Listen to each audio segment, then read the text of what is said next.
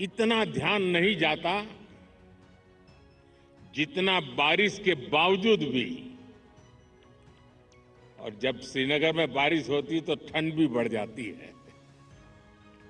मुझे भी स्वेटर लगाना पड़ा।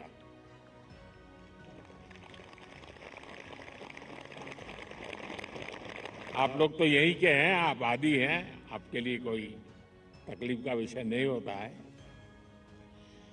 लेकिन बारिश के कारण थोड़ा विलंब हुआ, हमें इसे 2-3 हिस्सों में बांटना पड़ा।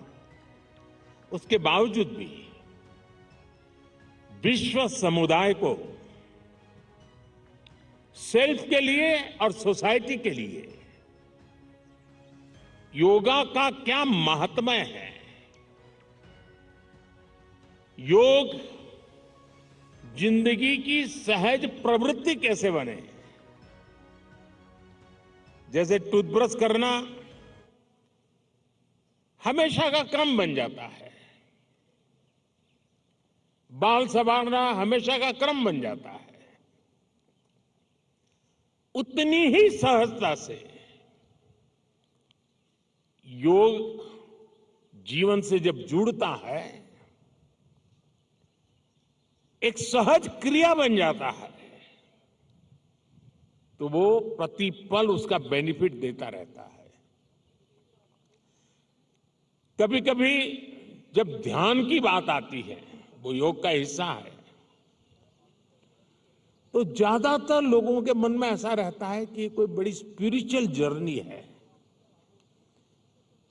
कोई अल्लाह को प्राप्त करने का या ईश्वर को प्राप्त करने का या गॉड को प्राप्त करने का, साक्षात्कार करने का एक कार्यक्रम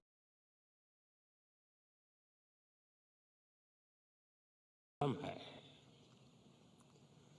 और तब जाकर के लोग, अरे भाई ये तो मेरे से नहीं हो सकता, मैं तो सामान्य मानवी हूं, वो रुक जाता है। लेकिन अगर इसको सरलता से समझना है, ध्यान को, जो बच्चे स्कूल में पढ़ते होंगे, हम भी जब स्कूल में पढ़ते थे, दिन में 10 बार हमारे टीचर कहते थे, भाई ध्यान रखो, जरा ध्यान से देखो, ध्यान से सुनो। अरे तुम्हारा ध्यान कहाँ है? ये ध्यान जो है ना, वो हमारे कंसंट्रेशन, हमारा कितना फोकस है चीजों पर, हमारा मन कितना केंद्रित है, उससे जुड़ा विषय है। आपने देखा होगा बहुत से लोग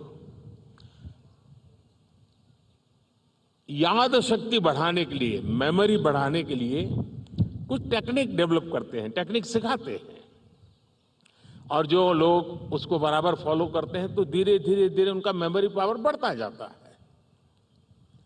वैसा ही ये किसी भी काम में मन लगाने की आदत,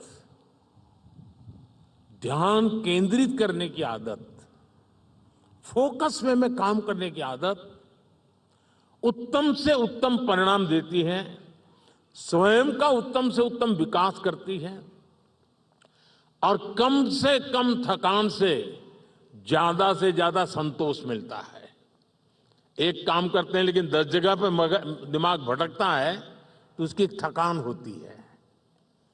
और इसलिए ये जो ध्यान है, स्पिरिचुअल जर्नी को अभी छोड़ दीजिए, उसका जब समय आएगा तब कर लेना। अभी तो अपने व्यक्तिगत जीवन में ध्यान केंद्रित करने के लिए, अपने आप को ट्रेन करने के लिए योगा का एक हिस्सा है। अगर इतना सहज रूप से